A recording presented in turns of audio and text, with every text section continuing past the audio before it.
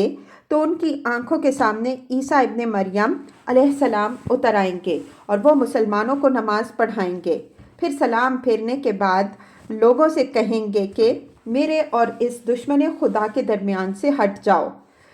اور اللہ دجال کے ساتھیوں پر مسلمانوں کو مسلط کر دے گا اور مسلمان انہیں خوب ماریں گے، یہاں تک کہ درخت اور پتھر پکار اٹھیں گے کہ اے عبداللہ، اے عبد الرحمن، اے مسلمان، یہ رہا ایک یہودی، اسے مار۔ اس طرح اللہ ان کو فنا کر دے گا اور مسلمان غالب ہوں گے اور صلیب توڑ دیں گے، خنزیر کو قتل کر دیں گے اور جزیہ ساقط کر دیں گے۔ یہ جملہ 21 روایات ہیں جو 14 صحابیوں سے صحیح سندوں کے ساتھ حدیث کے معتبر ترین کتابوں میں وارد ہوئی ہیں۔ اگرچہ ان کے علاوہ دوسری بہت سی احادیث میں بھی یہ ذکر ہے، لیکن طول کلام سے بچنے کے لیے ہم نے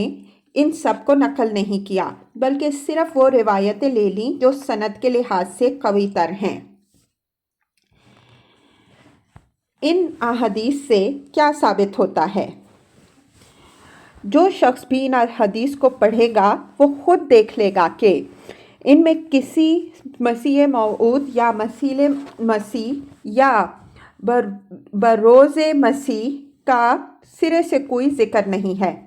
نہ ان میں اس امر کی کوئی گنجائش ہے کہ کوئی شخص اس زمانے میں کسی ماں کے پیٹ اور کسی باپ کے نطفے سے پیدا ہو کر یہ دعویٰ کر دے کہ میں ہی مسیح ہوں،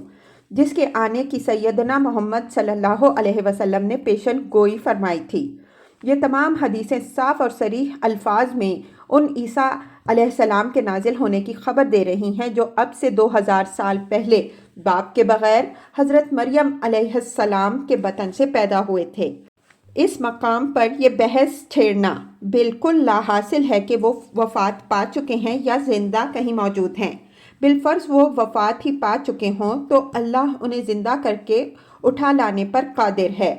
وگرنہ یہ بات بھی اللہ کی قدرت سے ہرگز بعید نہیں ہے کہ وہ اپنے کسی بندے کو اپنی کائنات میں کئی ہزارہ سال کے بعد زندہ رکھے اور جب چاہے دنیا میں واپس لے آئے۔ بہرحال اگر کوئی شخص حدیث کو مانتا ہو تو اسے یہ ماننا پڑے گا کہ آنے والے وہی عیسیٰ ابن مریم علیہ السلام ہوں گے، اور اگر کوئی شخص حدیث کو نہ مانتا ہو تو وہ سرے سے کسی آنے والے کی آمد کا قائل ہی نہیں ہو سکتا، کیونکہ آنے والے کی آمد کا عقیدہ احادیث کے سوا کسی اور چیز پر مبنی نہیں ہے۔ لیکن ایک عجیب مذاق یہ ہے کہ آنے والے کی آمد کا عقیدہ تو لے لیا جائے احادیث سے اور پھر انہی احادیث کی اس تصریح کو نظر انداز کر دیا جائے کہ وہ آنے والا مسیح ابن مریم علیہ السلام ہوں گے، نہ کہ کوئی مسیح۔ دوسری بات جو اتنی وضاحت کے ساتھ ان احادیث سے ظاہر ہوتی ہے وہ یہ ہے کہ حضرت عیسیٰ علیہ السلام ابن مریم کا یہ دوبارہ نزول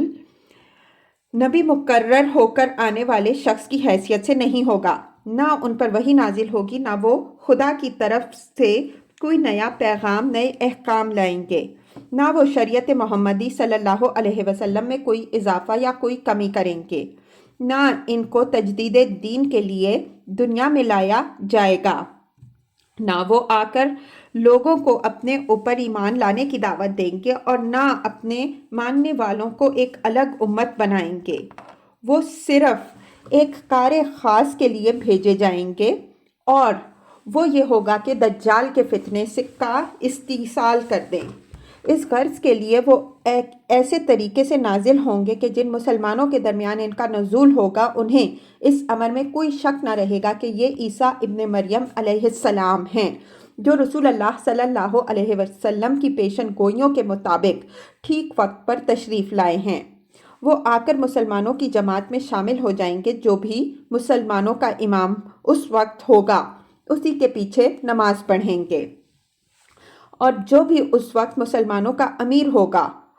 اسی کو آگے رکھیں گے تاکہ اس شبہ کی کوئی ادنا سی گنجائش بھی نہ رہے کہ وہ اپنی سابق پیغمبرانہ حیثیت کی طرح اب بھی پھر پیغمبری کے فرائض انجام دینے کے لیے واپس آئے ہیں۔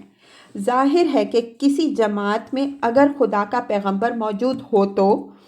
اس کا کوئی امام دوسرا شخص ہو سکتا ہے اور نہ امیر، نہ اس کا کوئی امام دوسرا شخص ہو سکتا ہے نہ امیر۔ پس جب وہ مسلمانوں کی جماعت میں آ کر محض ایک فرد کی حیثیت سے شامل ہوں گے تو یہ گویا خود بخود اس امر کا اعلان ہوگا کہ وہ پیغمبر کی حیثیت سے تشریف نہیں لائے ہیں، اور اس بنا پر ان کی آمد سے مہر نبوت کے ٹوٹنے کا قطعاً کوئی سوال پیدا نہ ہوگا۔ ان کا آنا بلا شبہ اسی نوعیت کا ہوگا جیسے ایک صدر ریاست کے دور میں کوئی سابق صدر آئے اور وقت کے صدر کی ماتحتی میں مملکت کی کوئی خدمت انجام دے۔ ایک معمولی سمجھ بوجھ کا آدمی بھی یہ بات بخوبی سمجھ سکتا ہے کہ ایک صدر کے دور میں کسی سابق صدر کے محض آ جانے سے آئین نہیں ٹوٹتا۔ البتہ دو صورتوں میں آئین کی خلاف ورزی لازم آتی ہے، ایک یہ کہ سابق صدر آ کر پھر سے فرائض صدارت سنبھالنے کی کوشش کرے، دوسرے یہ کہ کوئی شخص اس کی سابق صدارت کا بھی انکار کر دے، کیونکہ ان تمام کاموں کے جواز کو چیلنج کرنے کا ہم معنی ہوگا جو اس کے دور صدارت میں انجام پائے تھے۔ ان دونوں صورتوں میں سے کوئی صورت بھی نہ ہو تو بجائے خود سابق صدر کی آمد آئینی پوزیشن میں کوئی تبدیلی نہیں کر سکتی۔ یہی معاملہ حضرت عیسیٰ علیہ السلام کی آمد ثانی کا بھی ہے کہ ان کے محض آ جانے سے ختم نبوت نہیں ٹوٹتی، البتہ اگر وہ آ کر پھر نبوت کا منصب سنبھال لیں اور فرائض نبوت انجام دینے شروع کر دیں، یا کوئی شخص ان کی سابق نبوت کا بھی انکار کر دے تو اس سے اللہ تعالیٰ کے آئین نبوت کی خلاف ورزی لازم آئے گی۔ احادیث نے پوری وضاحت کے ساتھ دونوں صورتوں کا سد باب کر دیا ہے۔ ایک طرف وہ تصریح کرتی ہے کہ محمد صلی اللہ علیہ وسلم کے بعد کوئی نبوت نہیں ہے، اور دوسری طرف وہ خبر دیتی ہے کہ عیسیٰ علیہ السلام ابن مریم دوبارہ نازل ہوں گے۔ اس سے صاف ظاہر ہو جاتا ہے کہ ان کی یہ آمد ثانی منصب نبوت کے فرائض انجام دینے کے لیے نہ ہوگی۔ اسی طرح ان کی آمد سے مسلمانوں کے اندر کفر و ایمان کا بھی کوئی نیا سوال پیدا نہ ہوگا۔ ان کا سابقہ نبوت پر تو آج بھی اگر کوئی ایمان نہ لائے تو کافر ہو جائے گا۔ محمد صلی اللہ علیہ وسلم خود ان کی اس نبوت پر ایمان رکھتے تھے اور آپ کی ساری امت ابتدا سے ان کی مومن ہے۔ یہی حیثیت اس وقت بھی ہوگی۔ مسلمان کسی تازہ نبوت پر ایمان نہ لائیں گے بلکہ عیسیٰ ابن مریم علیہ السلام کی سابقہ نبوت پر ایمان رکھیں گے جس طرح آج رکھتے ہیں۔ یہ چیز نہ آج ختم نبوت کے خلاف ہے نہ اس وقت ہوگی۔ آخری بات جو ان احادیث سے اور بکثرت دوسری احادیث سے بھی معلوم ہوتی ہے وہ یہ ہے کہ دجال جس کے فتنہ عظیم کا استئصال کرنے کے لیے حضرت عیسیٰ ابن مریم علیہ السلام کو بھیجا جائے گا، یہودیوں میں سے ہوگا اور اپنے آپ کو مسیح کی حیثیت سے پیش کرے گا۔ اس معاملے کی حقیقت کوئی شخص نہیں سمجھ سکتا جب تک وہ یہودیوں کی تاریخ اور ان کے مذہبی تصورات سے واقف نہ ہو۔ حضرت سلیمان علیہ السلام کی وفات کے بعد جب بنی اسرائیل پے در پے تنزل کی حالت میں مبتلا ہوتے چلے گئے، یہاں تک کہ آخر کار بابل اور اسیریا کی سلطنتوں نے ان کو غلام بنا کر زمین میں تتر بتر کر دیا، تو انبیاء بنی اسرائیل علیہم السلام نے ان کو خوشخبری دینی شروع کی کہ خدا کی طرف سے ایک مسیح آنے والا ہے جو ان کو اس ذلت سے نجات دلائے گا۔ ان پیشن گوئیوں کی بنا پر یہودی ایک مسیح کی آمد کے متوقع تھے جو بادشاہ ہو کر لڑ کر ملک فتح کرے، بنی اسرائیل کو ملک ملک سے لا کر فلسطین میں جمع کرتے اور ان کی ایک زبردست سلطنت قائم کر دے۔ لیکن ان کی ان توقعات کے خلاف جب حضرت عیسیٰ ابن مریم علیہ السلام خدا کی طرف سے مسیح ہو کر آئے اور کوئی لشکر ساتھ نہ لائے تو یہودیوں نے ان کی مسیحیت تسلیم کرنے سے انکار کر دیا اور انہیں ہلاک کرنے کے درپے ہو گئے۔ اس وقت سے آج تک دنیا بھر کے یہودی اس مسیح موعود پرومسڈ مسیح کے منتظر ہیں جس کے آنے کی خوشخبریاں ان کو دی گئی تھیں۔ ان کا لٹریچر اس کے آنے والے دور کے سہانے خوابوں سے بھرا پڑا ہے۔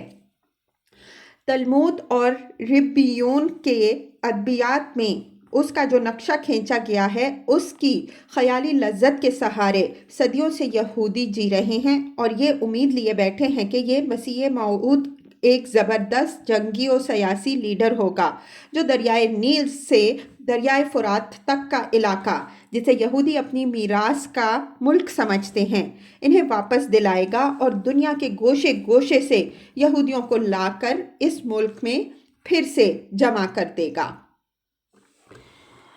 اب کوئی شخص مشرق وسطیٰ کے حالات پر ایک نظر ڈالے اور نبی صلی اللہ علیہ وسلم کی پیشن گوئیوں کے پس منظر میں ان کو دیکھے تو وہ فوراً یہ محسوس کرے گا کہ اس دجال اکبر کے ظہور کے لیے اسٹیج بالکل تیار ہو چکا ہے، جو حضور صلی اللہ علیہ وسلم کی دی ہوئی خبروں کے مطابق یہودیوں کا مسیح موعود بن کر اٹھے گا۔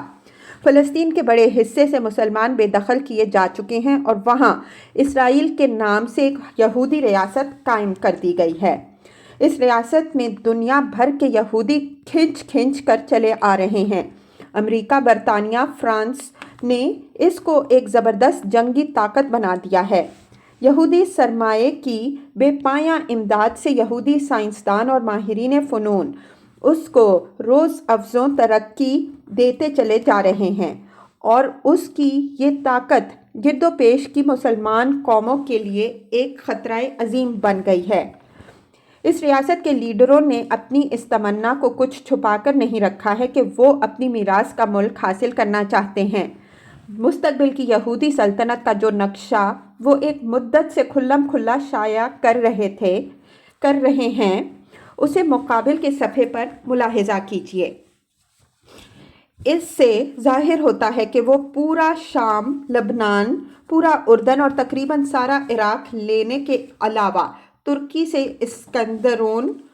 مصر سے سینا اور ڈیلیٹا کا علاقہ اور سعودی عرب سے بالائی حجاز اور نجد کا علاقہ لینا چاہتے ہیں، جس میں مدینہ منورہ بھی شامل ہے۔ ان حالات کو دیکھتے ہوئے صاف محسوس ہوتا ہے کہ آئندہ کسی عالمگیر جنگ کی ہڑبونگ سے فائدہ اٹھا کر وہ ان علاقوں پر قبضہ کرنے کی کوشش کریں گے اور ٹھیک اس موقع پر وہ دجال اکبر ان کا مسیح موعود بن کر اٹھے گا، جس کے ظہور کی خبر دینے ہی پر نبی صلی اللہ علیہ وسلم نے اکتفا نہیں کیا، بلکہ یہ بھی بتا دیا کہ اس زمانے میں مسلمانوں پر مصائب کے ایسے پہاڑ ٹوٹیں گے کہ ایک دن ایک سال کے برابر محسوس ہوگا۔ اسی بنا پر آپ صلی اللہ علیہ وسلم نے فتنہ مسیح دجال سے خود بھی خدا کی پناہ مانگتے تھے اور اپنی امت کو بھی پناہ مانگنے کی تلقین کرتے تھے۔ اس مسیح دجال کا مقابلہ کرنے کے لیے اللہ تعالیٰ کسی مسیح کو نہیں بلکہ اس اصلی مسیح کو نازل فرمائے گا، جسے 2000 برس پہلے یہودیوں نے ماننے سے انکار کر دیا تھا اور جسے وہ اپنی دانست میں صلیب پر چڑھا کر ٹھکانے لگا چکے۔ اس حقیقی مسیح کے نزول کی جگہ ہندوستان یا افریقہ یا امریکہ نہیں بلکہ دمشق ہوگی، کیونکہ یہی مقام اس وقت عین محاذ جنگ پر ہوگا۔ براہ کرم دوسرے صفحے پر نقشہ ملاحظہ فرمائیے۔ اس میں آپ دیکھیں گے کہ اسرائیل کی سرحد سے دمشق بمشکل 50 سے 60 میل کے فاصلے پر ہے۔ پہلے جو احادیث ہم نقل کر آئے ہیں ان کا مضمون اگر آپ کو یاد ہے تو آپ کو یہ سمجھنے میں کوئی زحمت نہ ہوگی کہ مسیح دجال 70,000 یہودیوں کا لشکر لے کے شام میں گھسے گا اور دمشق کے سامنے جا پہنچے گا۔ ٹھیک اس نازک موقع پر دمشق کے مشرقی حصے میں ایک سفید مینار کے قریب حضرت عیسیٰ علیہ السلام ابن مریم صبح دم نازل ہوں گے اور نماز فجر کے بعد مسلمانوں کو اس کے مقابلے پر لے کر نکلیں گے۔ ان کے حملے سے دجال پسپا ہو کر افریق کی گھاٹی سے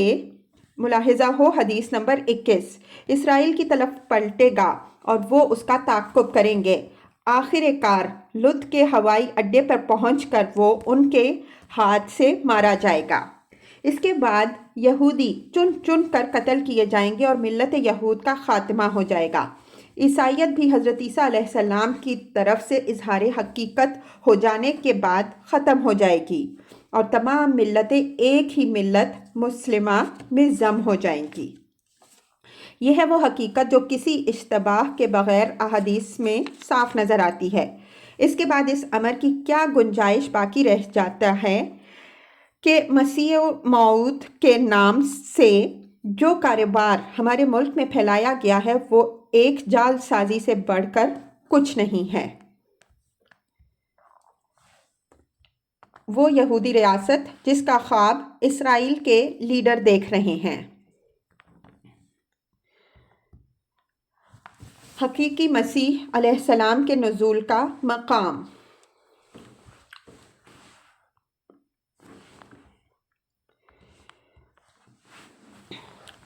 اس جال سازی کا سب سے زیادہ مضحکہ انگیز پہلو یہ ہے کہ جو صاحب اپنے آپ کو ان پیشن گوئیوں کا مصداق قرار دیتے ہیں انہوں نے خود عیسیٰ علیہ السلام ابن مریم بننے کے لیے یہ دلچسپ تعویل فرمائی ہے۔ اس نے یعنی اللہ تعالیٰ نے براہین احمدیہ کے تیسرے حصے میں میرا نام مریم رکھا۔ پھر جیسا کہ براہین احمدیہ سے ظاہر ہے 2 برس تک صفت مریمت میں نے پرورش پائی۔ پھر مریم علیہ السلام کی طرح عیسیٰ علیہ السلام کی روح مجھ میں نفخ کی گئی اور استعارے کے رنگ میں مجھے حاملہ ٹھہرایا گیا، اور آخر کئی مہینے بعد جو 10 مہینے سے زیادہ نہیں بذریعہ اس الہام کے جو سب سے آخر براہین احمدیہ کے حصہ 4 میں درج ہے مجھے مریم سے عیسیٰ علیہ السلام بنا دیا گیا۔ بس اس طور سے میں ابن مریم ٹھہرا، یعنی پہلے مریم بنے، پھر خود ہی حاملہ ہوئے، پھر اپنے پیٹ سے آپ عیسیٰ ابن مریم بن کر تولد ہو گئے۔ اس کے بعد یہ مشکل پیش آئی کہ عیسیٰ علیہ السلام ابن مریم کا نزول تو احادیث کی روح سے دمشق میں ہونا تھا جو کئی ہزار برس سے شام کا ایک مشہور و معروف مقام ہے اور آج بھی دنیا کے نقشے پر اسی نام سے موجود ہے۔ یہ مشکل ایک دوسری پرلطف تعویل سے یوں رفع کی گئی۔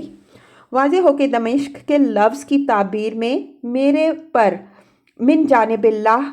یہ ظاہر کیا گیا ہے کہ اس جگہ ایسے قصبے کا نام دمشق رکھا گیا ہے جس میں ایسے لوگ رہتے ہیں جو یزیدی طبع اور یزیدی پلید کی عادات اور خیالات کے پیرو ہیں۔ یہ قصبہ قادیان بوجہ اس کے کہ اکثر یزیدی طبع لوگ اس میں سکونت رکھتے ہیں دمشق سے ایک مشابہت اور مناسبت رکھتا ہے۔ پھر ایک اور الجھن یہ باقی رہ گئی کہ احادیث کی روح سے ابن مریم علیہ السلام کو ایک سفید مینار کے پاس اترنا تھا۔ چنانچہ اس کا حل یہ نکالا گیا کہ مسیح صاحب نے آ کر اپنا مینارہ خود بنوا لیا۔ اب اسے کون دیکھتا ہے کہ احادیث کی روح سے مینارہ وہاں ابن مریم کے نزول سے پہلے موجود ہونا چاہیے تھا اور یہاں وہ مسیح موعود صاحب کی تشریف آوری کے بعد تعمیر کرایا گیا۔ آخری اور زبردست الجھن یہ تھی کہ احادیث کی روح سے تو عیسیٰ ابن مریم کو لد کے دروازے پر دجال کو قتل کرنا تھا۔ اس مشکل کو رفع کرنے کی فکر میں پہلے طرح طرح کی تعویلیں کی گئیں۔ پھر کبھی تسلیم کیا گیا کہ لد بیت المقدس کے دیہات میں سے ایک گاؤں کا نام ہے۔ پھر کہا گیا کہ لد ان لوگوں کو کہتے ہیں جو بے جا جھگڑا کرنے والے ہوں۔ جب دجال کے بے جا جھگڑے کمال تک پہنچ جائیں گے تب مسیح موعود ظہور کرے گا اور اس کے تمام جھگڑوں کا خاتمہ کر دے گا۔ لیکن جب اس سے یہ بات